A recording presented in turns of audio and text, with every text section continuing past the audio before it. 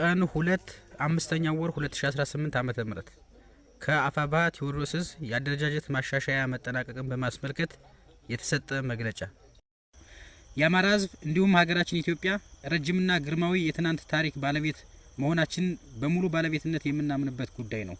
ለረጅም ዘመናት በፈተናዎች መካከል ሁሉ የረጋ ስርዓት መገንባትም ተችሎ ነበር።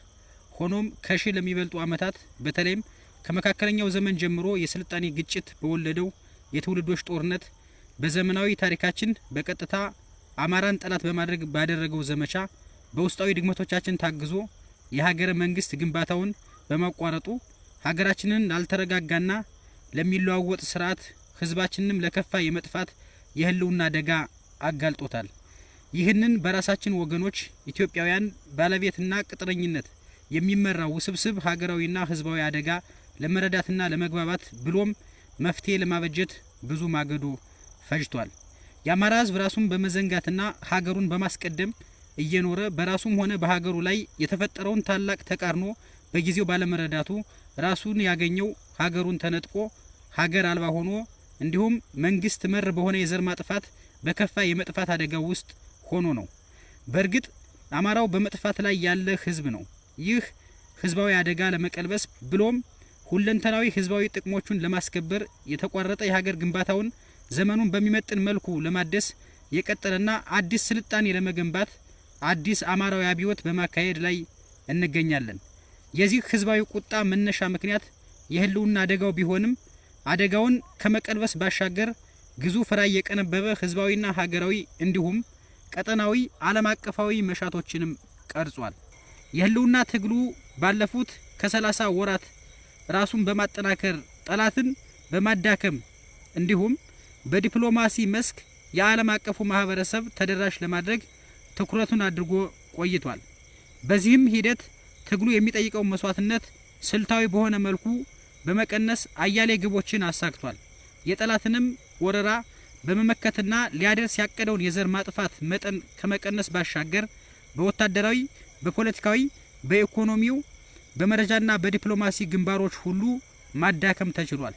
በውጤቱም ጠላት አንዲት የረፍት ቀን እንዳይኖረው በአዲስ አበባም ድንጉጥ ሆኖ መጨረሻውን እንዲጠባበቅ ማድረግ ተችሏል። በዓለማችን ሀያላን መንግስታት ዘንድም የተናቀና የተጠላ እንዲሁም በሌላ ኃይል መቀየሩ አስፈላጊ መሆኑ የታመነበት ማድረግ ተችሏል።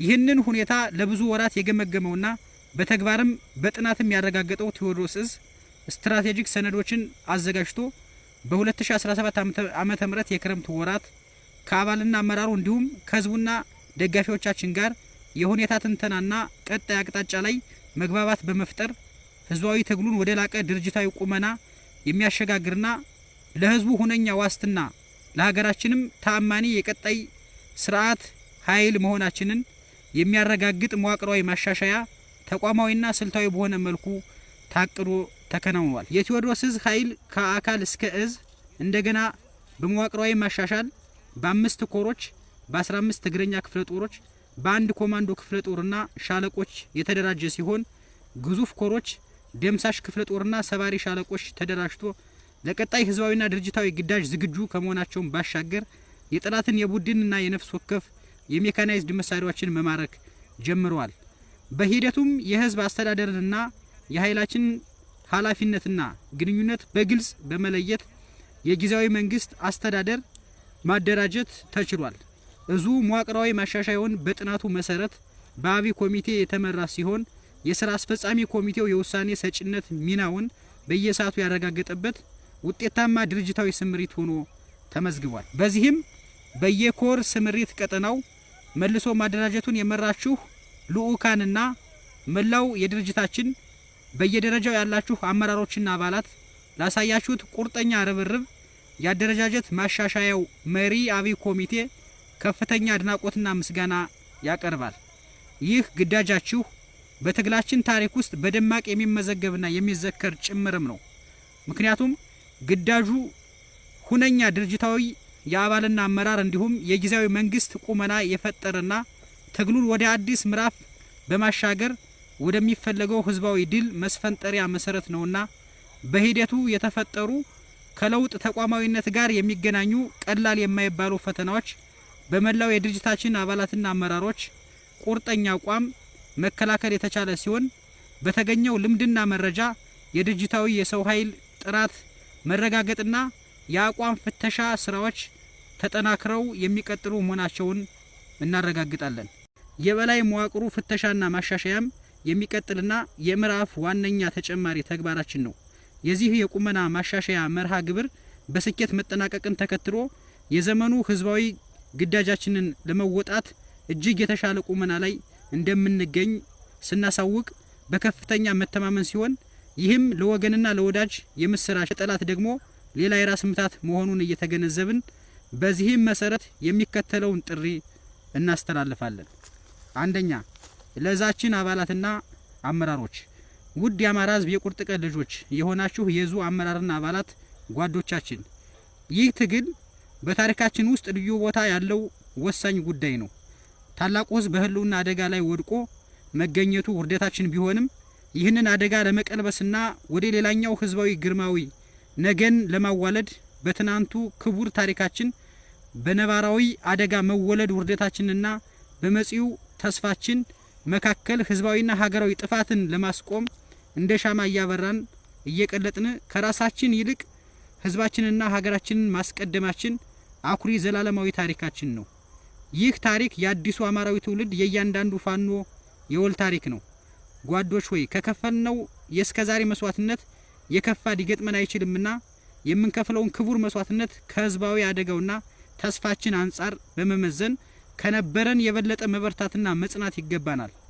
ትግላችን የበለጠው ወደ ድል አነስተኛ መስዋዕትነትና ጊዜ መስፈንጠር እንዲችል ለማስቻል የተሰራው መዋቅራዊ ማሻሻያ የሁላችንም ርብርብ የወለደው ስኬት ነውና በያለንበት ለቀጣዩ ግዙፍ ህዝባዊና ሀገራዊ ግዳጅ ሁሉም ወትሮ ዝግጁነታችንን እናረጋግጥ ዘንድ በጥብቅ እናሳስባለን። ሁለተኛ፣ ለደጋፊዎቻችን በቅርብም በሩቅም የምትገኙ ውድ ደጋፊዎቻችን የእስከዛሬው ልዩ ልዩ ድጋፋችሁ መሬት ላይ ያለንን ቁመና በማጎልበት አፈጻጸማችንን አሻሽሏል፣ የጠላት አቅምን አዳክሟል፣ በዓለም አቀፉ ማህበረሰብ ዘንድ ተሰሚነትን በማሻሻል ላይ ይገኛል። ለዚህም ከፍተኛ አድናቆትና ምስጋና እናቀርባለን። እንደሚታወቀው ከትግሉ የዓላማ ክብደትና የጠላት አረመኔነት አንጻር ይህ አማራዊ ተጋድሎ ሰፊ ሰብአዊ ርብርብ ይጠይቃል።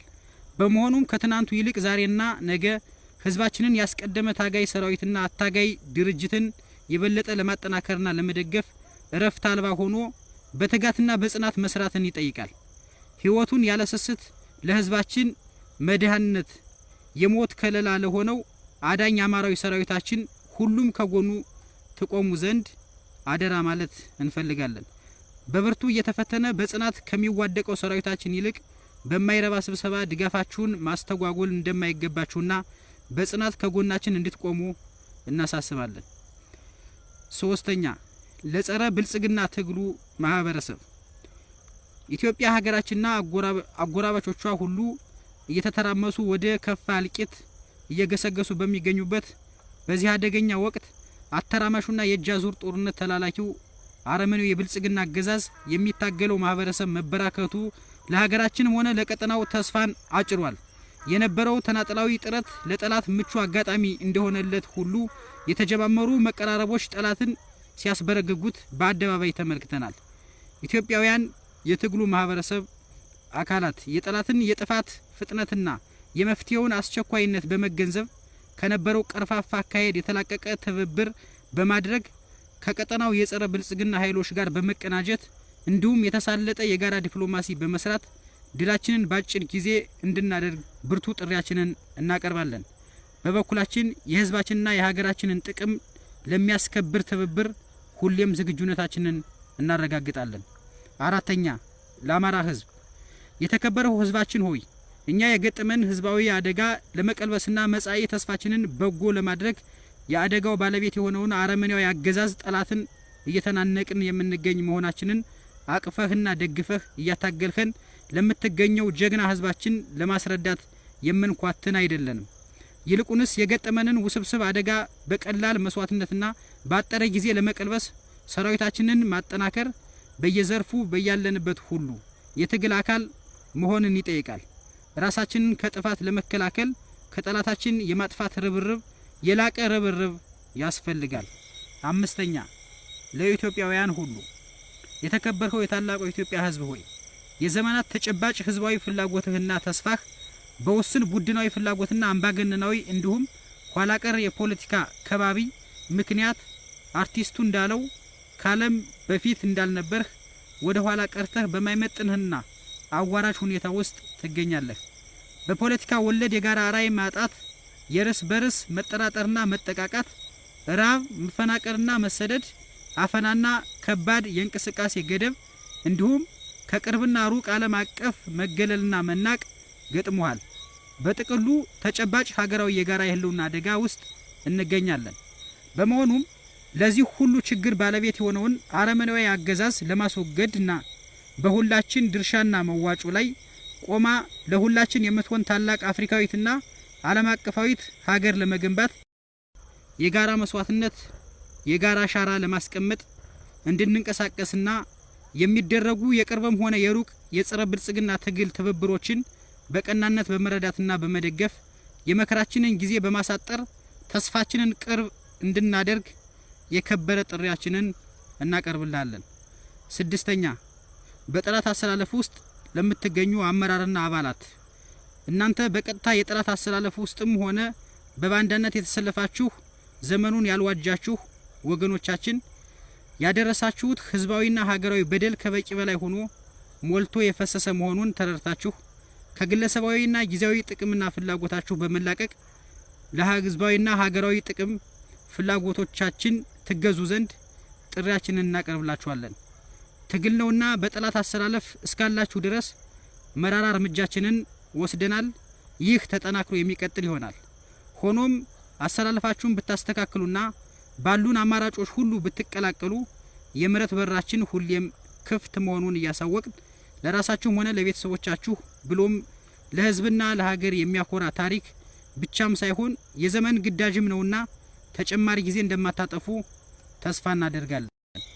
ሰባተኛ ለዓለም አቀፍ ሰብአዊ መብት ተቋማትና ለዓለም አቀፉ ማህበረሰብ የአማራ ህዝብ ሁኔታ የኢትዮጵያ ሁኔታ ለውስጣዊ ሰብአዊ ቀውስ ብቻም ሳይሆን ለአፍሪካ ቀንድና ለመካከለኛው ምስራቅ ሁሉ የተረመስ ምንጭና አካል እየሆነ በመሆኑ የተረመሱ ምንጭ የአረመኔው አብይ አህመድ አገዛዝ እንዲያበቃና በኢትዮጵያ በአፍሪካ ቀንድና በመካከለኛው ምስራቅ የዲሞክራሲ አየር ነፍሶ ነጻነት፣ ሰላም፣ ፍትህና እኩልነት እንዲረጋገጥ በሰብአዊነት ላይ በሚፈጸሙ ወንጀሎች በጦር ወንጀል፣ በዘር ማጥፋት ወንጀል የተጨማለቀውን አረመኔያዊ አገዛዝ ባለመደገፍና በማውገዝ ልዩ ልዩ አስገዳጅ የለውጥ ማዕቀቦችን በመጣልና የትግሉን ማህበረሰብ በመደገፍ ዓለም አቀፋዊ ግዴታችሁን እንድትወጡ እያሳሰብን ለመሰል ትብብር ቀና መሆናችንን እናሳውቃለን። በተጨማሪም በየአውደ ውጊያው የሚማረኩና ወዶ ገብ የጠላት ሰራዊት አባላትና አመራሮችን